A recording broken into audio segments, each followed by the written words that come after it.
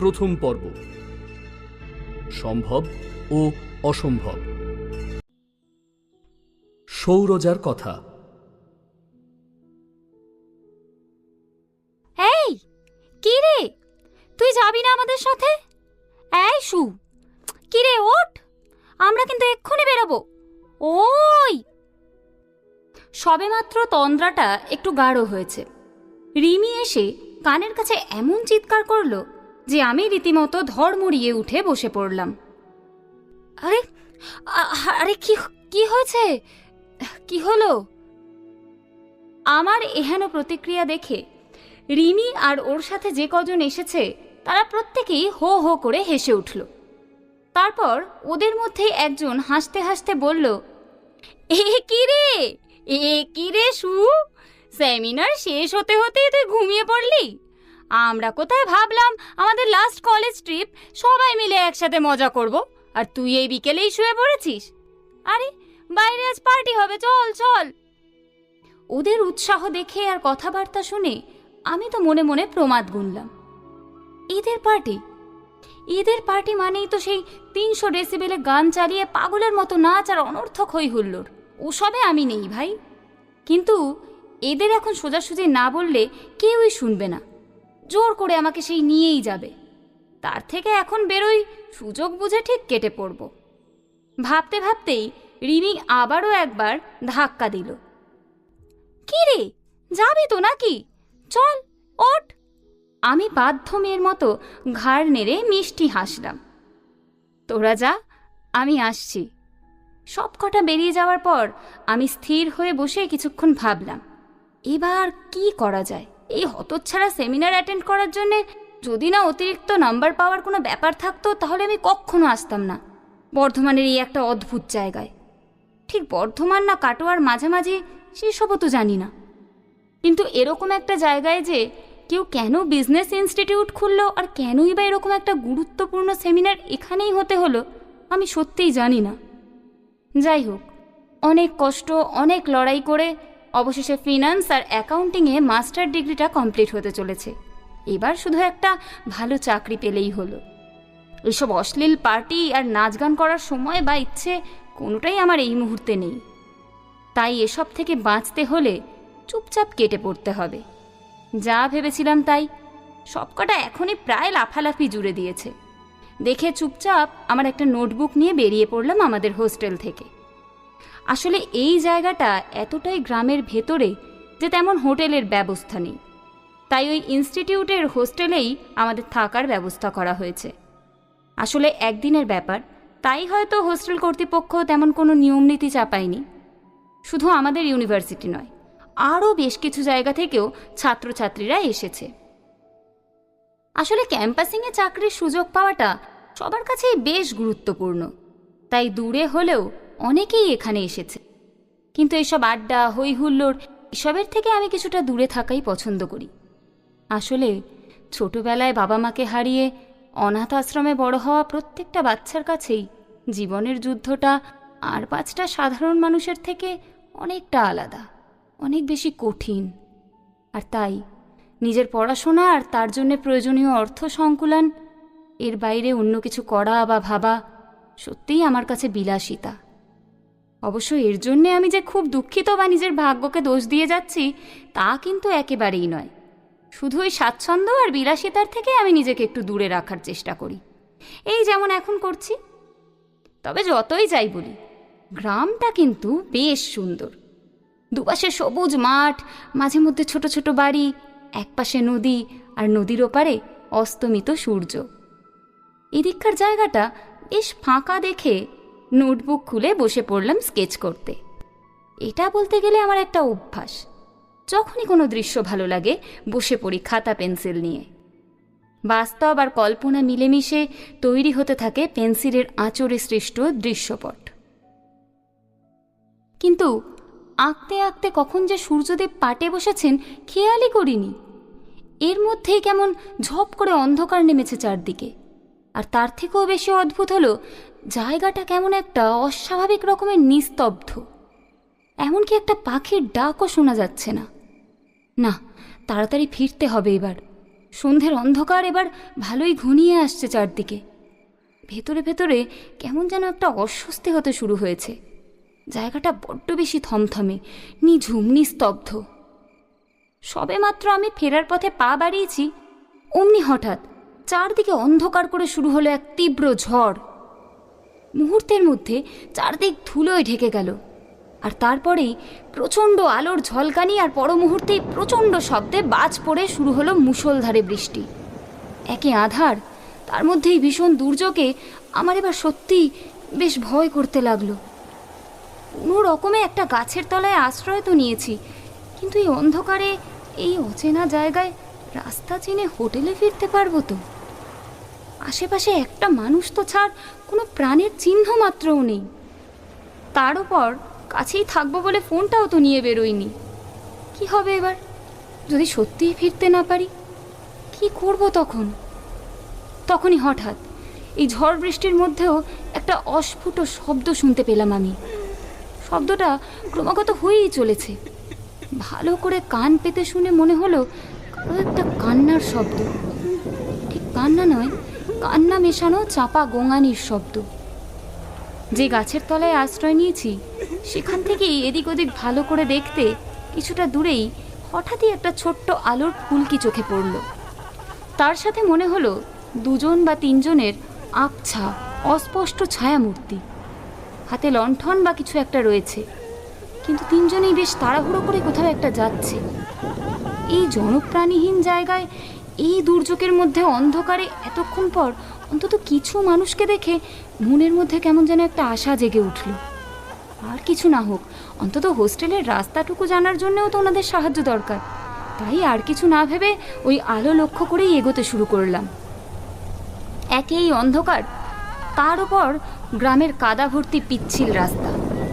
কিন্তু যতই ওদের দিকে এগোতে থাকলাম ততই কেমন যেন সন্দেহ হতে লাগলো আমার। অন্ধকারে এবার বেশ চোখটা সয়ে এসেছে, তাই কিছুটা দূর থেকেও বুঝতে পারলাম ওই 3 জনের মধ্যে একজন মহিলা রয়েছেন। খুব সম্ভবত ওই চাপা কান্নার শব্দ এই মহিলার থেকেই আসছে। কিন্তু এই মহিলা এভাবে কাঁদছে কেন? আর বাকি 2 জনকে দেখে তো পুরুষই মনে হচ্ছে। আচ্ছা, ওনারা কি মেয়েটিকে জোর করে কোথাও নিয়ে যাচ্ছে? যতই আমি ভাবতে থাকলাম ততই বিষয়টা কেমন যেন জটিল মনে হতে থাকলো। সত্যিই তো, এই দুর্যোগের মধ্যে এরকম একটা শুনশান জায়গায় এনারা মেয়েটিকে নিয়ে কোথায় যাচ্ছেন? এনাদের দিকে এগোনোটা কি আমার আদৌ ঠিক হচ্ছে? সত্যিই যদি এনারা মেয়েটার কোনো ক্ষতি করতে চান তাহলে তাহলে কি করব আমি? কিন্তু পর মুহূর্তেই আবার মনে হলো আমি তো এমনিতেই এখানে কিছুই চিনি না, আর এই অন্ধকারে বৃষ্টির মধ্যে রাস্তা চেনে হোস্টেলে ফিরতেও পারবো না। এভাবে দুর্যোগ মাথায় নিয়ে গাছতলায় রাত কাটানোর থেকে এদের সাথে একবার গিয়েই দেখি না, যদি আজ রাতের মতো একটা মাথা গোজার ঠাঁই জুটে যায়। ইতিমধ্যেই ওনারা রাস্তা ছেড়ে একটা নিচু জলা জায়গা পেরিয়ে ঝোপঝাড়ের মধ্যে দিয়ে আবার নদী পাড়ের দিকেই এগিয়ে যাচ্ছেন। মোটামুটি 10 হাত দূরত্বে থাকায় আমি এবার স্পষ্ট বুঝতে পারছি মেয়েটাকে এরা জোর করে টেনে হিঁচড়েই কোথাও নিয়ে যাচ্ছে। কিন্তু এখন আর আমার পিছিয়ে আসার কোনো উপায় নেই। দেখাই যাক না কি হয়।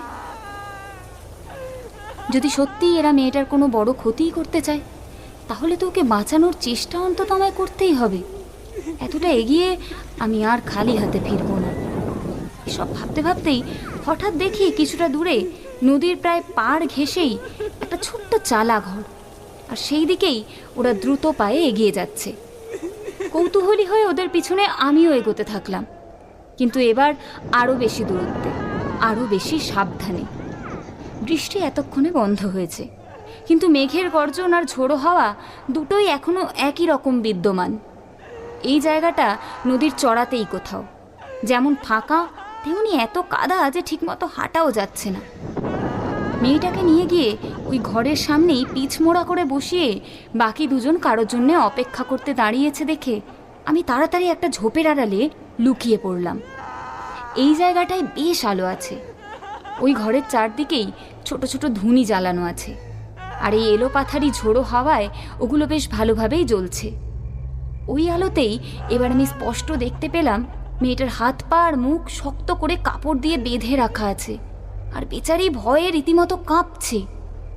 যতদূর মনে হয় আমারই বয়সী মেয়েটা, আর জামা কাপড় দেখেও আশেপাশের গ্রামেরই মনে হচ্ছে। কিন্তু এই লোক দুটো ওকে এভাবে তুলে এনেছে কেন? মেয়েটা সর্বনাশ করার জন্যই যদি নিয়ে আসে, তাহলে আবার অপেক্ষাই বা করছে কেন? উফ, কেন যে সঙ্গে মোবাইলটা নিয়ে এলাম না? ওটা থাকলে অন্তত বাকিদের জানাতে পারতাম। ওরা সকলে এলে মেয়েটাকেও তো বাঁচানো যেত। কিন্তু এখন আমি কি করব এবার? এখন কি হচ্ছে, কেন হচ্ছে, কিছুই তো বুঝতে পারছি না। ঠিক হঠাৎই তখন দেখলাম ওই চালাঘর থেকে বেশ কয়েকজন বেরিয়ে এলেন। প্রায় ৬-৭ জন মাঝবয়সী পুরুষ আর একজন মহিলা। আর ওনাদের দেখেই মনের মধ্যে একটা তীব্র অস্বস্তি শুরু হলো আমার। আর তার কারণ হয়তো ওনাদের প্রত্যেকের সম্পূর্ণ কালো জামা কাপড়, আর চোখে মুখে বিশ্রী একটা হিংস্র ভাব। বিশেষ করে ওই মহিলাকে দেখলেই কেমন যেন হাত পা ঠান্ডা হয়ে যায়। তিনি যেমন লম্বা তেমন চওড়া, গায়ের রং শ্যামলা, কপালে বিশাল কালো টিপ, সাথে খোলা কালো চুল আর হাতে ত্রিশূল। বাকিরা সকলে প্রত্যেকেই যে ওই মহিলাকে বেশ সম্মান করে এবং ভয় পায়, সেটা ওদের ত্রস্ত কম্পিত হাবভাব দেখেই স্পষ্ট বোঝা যাচ্ছে। ওই মহিলা এবার দ্রুত পদক্ষেপে ঘর থেকে বেরিয়ে এসে এগিয়ে গেলেন মেয়েটির দিকে। তারপর তীক্ষ্ণ দৃষ্টিতে ওর ওপর থেকে নিচ অবধি পর্যবেক্ষণ করে পাশের একজনকে নিচু স্বরে কিছু বললেন।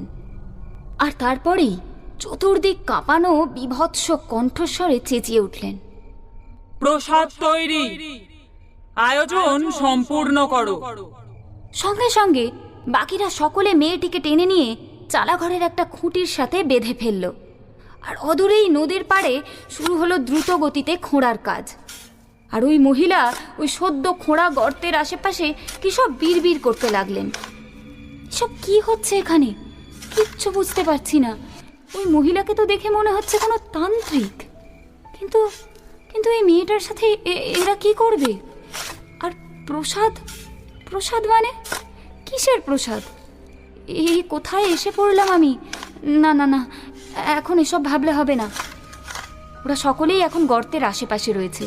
মেয়েটার কাছে আপাতত কেউ নেই, এইটাই একমাত্র সুযোগ। দ্রুত পায়ে এগিয়ে গেলাম ওই ঘরের দিকে। কাছে আসতে বুঝলাম মেয়েটা রীতিমতো ধুঁকছে। রোগা শীর্ণ চেহারা, ভয়ে আশঙ্কায় ঠকঠক করে কাঁপছে। সাবধানে একবার চারদিক দেখে নিয়ে নিঃশব্দে ওর পিছনে এসে ওর গায়ে একবার হাত দিয়েই ও প্রায় ভূত দেখার মতো চমকে উঠল। আমি আস্তে আস্তে ওর মুখের বাঁধনটা খুলে দিতেই ও উত্তেজিত হয়ে কিছু একটা বলতে যাচ্ছিল, কিন্তু তার আগেই আমি ইশারায় ওকে থামিয়ে দিলাম। তুমি ঠিক আছো তো? এরা খাড়া, আর এরা কেন ধরে এনেছে তোমায়? কি করতে চাইছে এরা? মেয়েটি হাঁপাতে লাগলো। কাপালি মা গো, কাপালি মা, আমায় ধরে এনেছে, বলি দেবে বলে, মেরে ফেলবে আমায়, মেরে ফেলবে আমায়, আমায় বাঁচাও না গো দিদি, বাঁচাও না গো আমায়। মেয়েটার অসহায় কান্না আর করুণ আরতি শুনে আমার হৃদয়টাও মুচড়ে উঠল। সাথে এক অজানা আশঙ্কাও এসে ঘিরে ধরল আমায়। এ কি বলছে এসব? বলি দেবে মানে? একবিংশ শতাব্দীতে এসব হয় নাকি? না না না না, এত ভাববার সময় নেই। আগে এখান থেকে বেঁচে বেরোতে হবে। আমি যত দ্রুত সম্ভব ওর বাঁধন খুলতে থাকলাম। একের পর এক সমস্ত বাঁধন খোলার পর সবেমাত্র দুজন উঠে দাঁড়াতে যাব, তখনই দেখি কয়েকজন এদিকেই আসছে। সর্বনাশ! দুজনেই ঊর্ধ্বশ্বাসে ছুটতে শুরু করলাম উল্টো দিকে। ওই কাদার মধ্যেও যতটা সম্ভব জোরে গিয়ে প্রায় বেরিয়েই এসেছিলাম, কিন্তু তখনই হঠাৎ সজোরে একটা কিছু এসে লাগলো আমার হাঁটুর কাছে, আর মুহূর্তের মধ্যেই হুমড়ি খেয়ে মুখ থুবড়ে পড়লাম আমি কাদা মাটির ওপরে। ওই মেয়েটি পিছনে ঘুরে আমার দিকে আসতে চাইছিল, কিন্তু তারপরেই দেখলাম একবার ভয়ার্ত দৃষ্টিতে তাকিয়েই ও আবারও ছুটতে শুরু করলো। এদিকে পেছনে সবাই তীর বেগে এগিয়ে আসছে দেখে আমিও সর্বশক্তি দিয়ে উঠে দাঁড়ানোর চেষ্টা করলাম, কিন্তু তার আগেই মাথার পিছনে একটা ভারী জিনিস এসে প্রচণ্ড জোরে আঘাত করলো, আর তারপরেই সব অন্ধকার।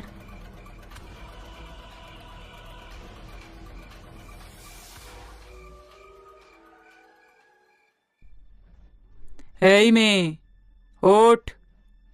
প্রচণ্ড একটা শব্দ আর গালে তীক্ষ্ণ একটা যন্ত্রণা নিয়ে আমি আবারও চোখ খুললাম। সেই ভীষণ মহিলা তখন অগ্নিদৃষ্টিতে আমার দিকেই তাকিয়ে আছে।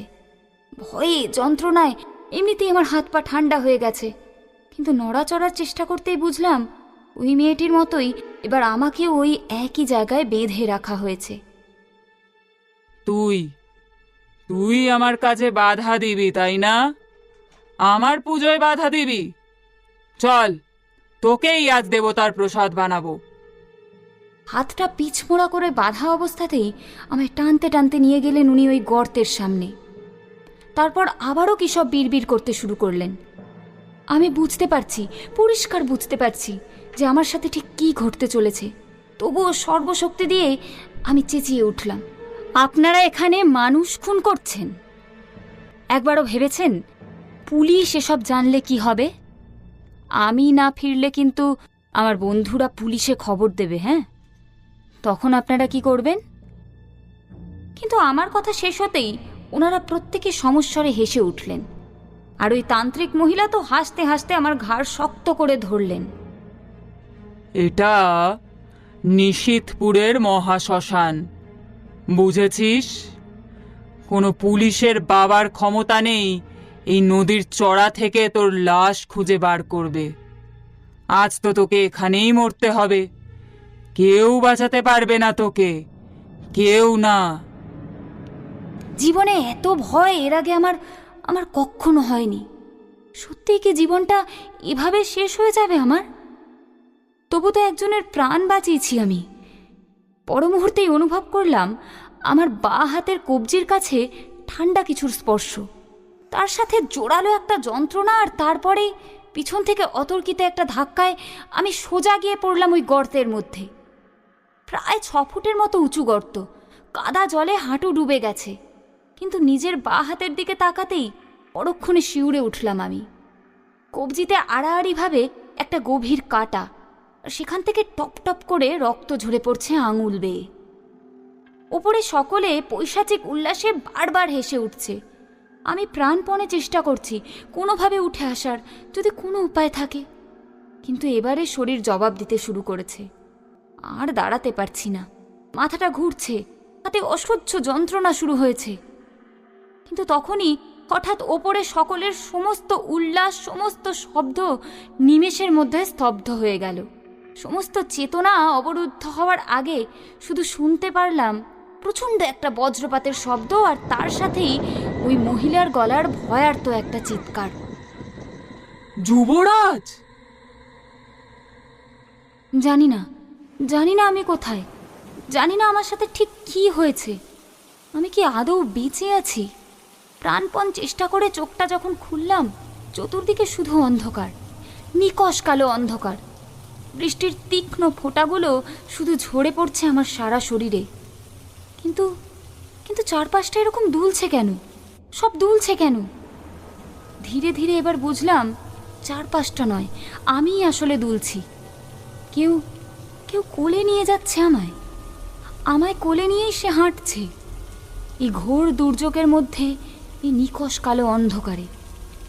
কিন্তু কেই নি, কার সাথে রয়েছি আমি? কে বাঁচালেন আমাকে? কেন দেখতে পাচ্ছি না ওনাকে?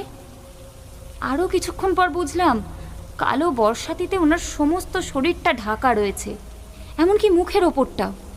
বড্ড ইচ্ছে করছে ওনাকে একবার দেখতে। কেই নি, আমার রক্ষাকর্তা? কে আমার প্রাণ বাঁচালেন? আর ঠিক তখনই প্রচণ্ড জোরে বিদ্যুৎ ঝলসে উঠল কোথাও, আর সেই আলোতেই মুহূর্তের জন্যে আমি যেন দেখলাম একজোড়া চোখ, একজোড়া অমানুষিক চোখ, যে দুটি চোখ দিয়ে মুহূর্তের জন্য ঝলসে উঠল লালচে সোনালি আলো। কে?